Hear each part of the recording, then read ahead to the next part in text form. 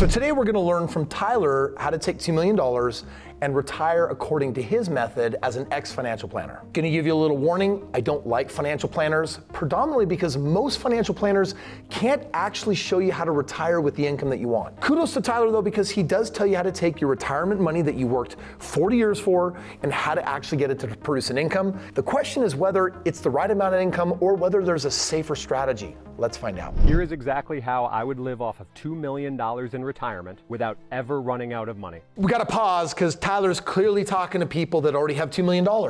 But if you're watching this video and you're like, maybe when I get to retirement, I think I'll have $2 million, so this could be useful knowledge, or I don't actually know how I'm gonna get to $2 million because 99.9% of people are not going to get to $2 million. Don't worry, at the end of the video, I'll show you literally how to start from nothing like I did to get to $2 million, or if you want, significantly beyond. I'm Tyler, I'm a former financial advisor and portfolio manager, and now I make financial content for free so that you don't have to pay for it. Number one, call me crazy, but I would begin by investing all $2 million in a low-cost index fund that tracks the S&P 500. Unless you've been living under a rock, the S&P 500 are the top 500 publicly traded companies. The thought is, these are the most stable companies, these are the largest companies, they're probably going to survive the longest. And if we take an average of all 500 of them, and they're producing some kind of dividend or some kind of growth, that's probably going to give me some level of good predictability in retirement. Like Vanguard's VOO. By investing in this fund, I would take advantage of its 1.37% annual dividend and receive about $35,000 of annual income. Congratulations, you've made $2 million and now you're going to be rewarded with $35,000 a year of income. We're talking some serious poverty level stuff, folks. But I know this is just the beginning of what Tyler has in mind. The dividend of 1.37%, I think what he's trying to do is say, hey, we need something that is going to be safe and something that's going to be predictable.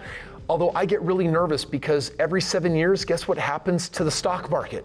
Doesn't matter that the S&P is made up of some of the most successful companies like Tesla and Apple, etc. They still literally can have 20 and 30% drops, which means that your $2 million every once in a while is going to feel like $1.3 million. And then all of a sudden, does this plan even work? Number two, on January 2nd of each year, I would sell about 3% of my portfolio and take advantage of another $65,000 of annual income. So the next step in the plan is to liquidate a part of the portfolio. In other words, you built this house of bricks, and then in retirement, we're gonna start taking bricks off the table and we're gonna deconstruct it. And hopefully you don't take all the bricks off the table before you die, which is really kind of the problem with this accumulation methodology of like, I spent my lifetime building it up and now I'm gonna spend it down, because right now it looks like a majority of the plan for you to win is to literally just take off the table what you've been saving and start consuming it. The problem with that is that it doesn't always replenish because, like I said earlier, the S&P has its up moments, but it definitely has its down moments. I would net an additional $20,000 from Social Security benefits because I would adjust the $33,000 national average to offset about $12,000 that I would owe in taxes each year.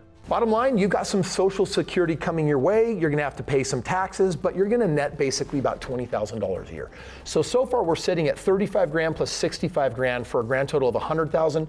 With Social Security, he's basically saying now you can retire on $120,000 a year. Dude, check the news. It doesn't matter what channel.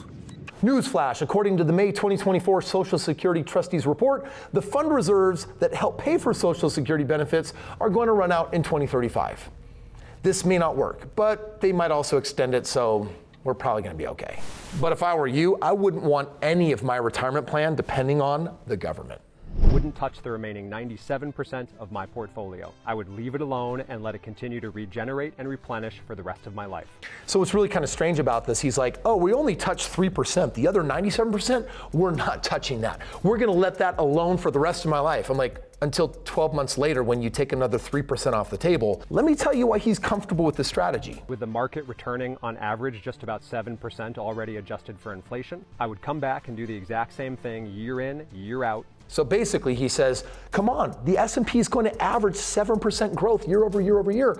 And on the 30-year average, Tyler's right. But in the reality of like this year, next year, and the next, it actually doesn't work that way because it's not an average. Like I said, there will be moments when your $2 million, it's like, oh, I took 3% off the table and the market took another 30% and now I'm at 1.3 million. But don't worry, the market's gonna come back, so I'm gonna average a gain of 7%. I'm like, yeah, but that's not the reality of what it's gonna feel like being in your skin, retired, out of the market, without money, and you're like, ah! Like, I just lost over $500,000 and like, you're gonna be panicking, you're gonna be freaking out because your real world doesn't operate according to Tyler's averages. Without ever having to touch one dime of that $2 million. And if any of this is helpful, like and follow, and I'll keep trying to get you one step closer to where you need to be. Let me show you a different game plan. Let's just assume that you had that $2 million, and here's a different strategy altogether. Go and buy 10 paid off homes at around $200,000 a piece. And you might be skeptical thinking, come on, Kris, a $200,000 house, like, is that so 1990? I'm like, actually, no, there are new markets right now in America that I'm buying in today. There are markets in the country right now where I'm buying brand new 4-bedroom, 3-bathroom homes for under $200,000. So if I buy 10 homes that I rent out producing $1,500 a month and I subtract out my property management and other expenses, I'm still netting over $1,200 a month. And on 10 homes, that's $144,000 a year. Now, yes, that's a little bit more money than Tyler's talking about, but here's the more important distinction.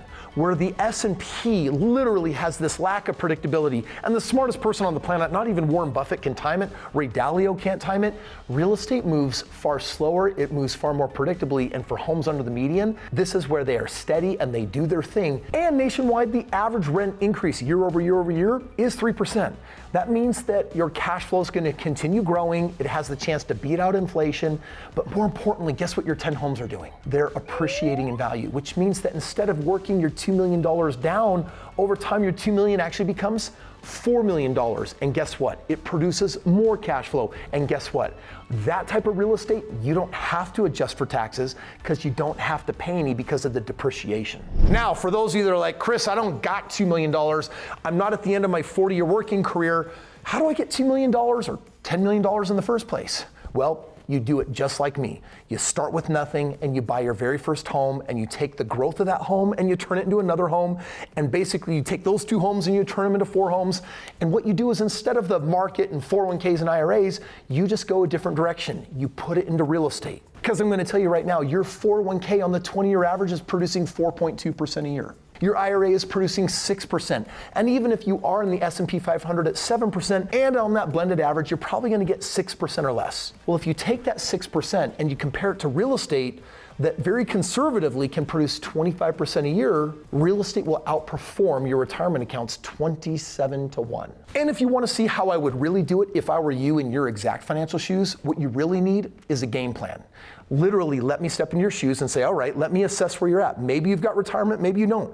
Maybe you've got good credit or bad credit. Maybe you're super young and 22 like when I got started, or maybe you're 65 years old saying, I don't even have $2 million. I think I'm screwed. What do I do, Krohn?